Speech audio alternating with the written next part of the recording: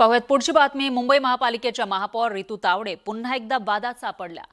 महागड्या घड्याळानंतर आता महापौरांच्या कारवरील लाल निळे दिवे चर्चेत आले। सरकारी वाहनांवर कोणत्याही प्रकारचे विशेष दिवे किंवा अधिकार दर्शवणारी चिन्ह लावण्यास मनाई असताना सुद्धा महापौरांच्या गाडीवर असे दिवे लावल्याचे व्हिडिओ व्हायरल होत आहेत। हे दिवे महापौरांसाठी वादाचं आणि डोकेदुखीचं कारण बनले।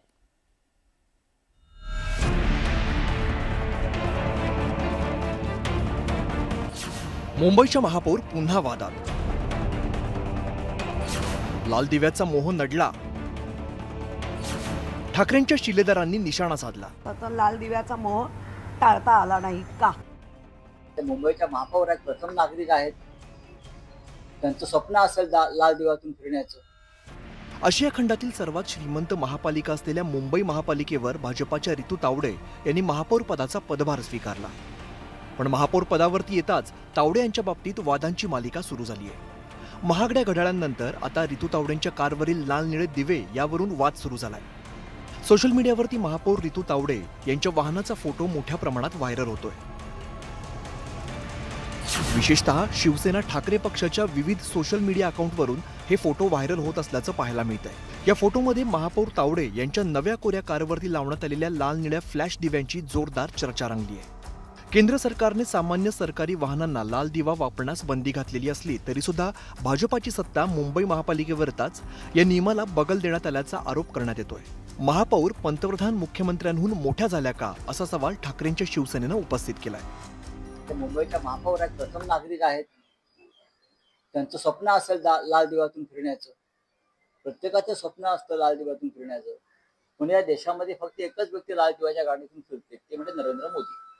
तुमच्याच आणि केंद्रात आलेले निर्णय, राज्यातून आलेल्या निर्णयाला तुम्ही जर साफ नकार देत असाल कृतीतून, लिखाणातून, म्हणजे पत्राद्वारा, तर मला वाटतं याचं काय करायचं काय? आणि लाल दिव्याचा मोह तुम्हाला टाळता आला नाही का? दरम्यान महापौरांवरती टीकेची झोड उठताच पालिका अधिकाऱ्यांनी हे दिवे 2 दिवसांपूर्वी काढून टाकण्यात आल्याचं स्पष्ट केलंय। महापौरांच्या कारवरती लाल निळे दिवे लावण्यात आले होते, पण नियमांचं पालन करत हे दिवे 2 दिवसांपूर्वीच काढण्यात आले। सध्या महापौरांच्या कारवरती कोणतेही विशेष दिवे नाहीत असं सांगण्यात येत आहे। तर दुसरीकडे महापौरांना विनाकारण टार्गेट केलं जात आहे असं म्हणत फडणवीसांनी वादावरती पडदा टाकण्याचा प्रयत्न केलाय। असं वाटतं मी त्याची माहिती घेतली, लाल दिवा गाडीवर वगैरे नव्हता, पण बॉनेटच्या ठिकाणी त्या ठिकाणी लाल दिवा होता, त्याच्यात काही महापौरांचा दोष नाही आहे। त्या संदर्भात राज्यामध्ये कोणीही लाल दिवे वापरू नयेत हा जुनाच आपला निर्णय आहे, त्यामुळे महापौरांना त्याची कल्पना आहे। मला असं वाटतं की विनाकारण त्यांना टार्गेट करण्याचा प्रयत्न आहे, अशा प्रकारे टार्गेट करणं योग्य नाही। महापौर तावडे यांनी हे दिवे लावल्यानंतर एवढी चर्चा होण्याचं कारण म्हणजे 2017 मधील केंद्र सरकारचा कायदा। काय आहे हा कायदा आपण बघूया।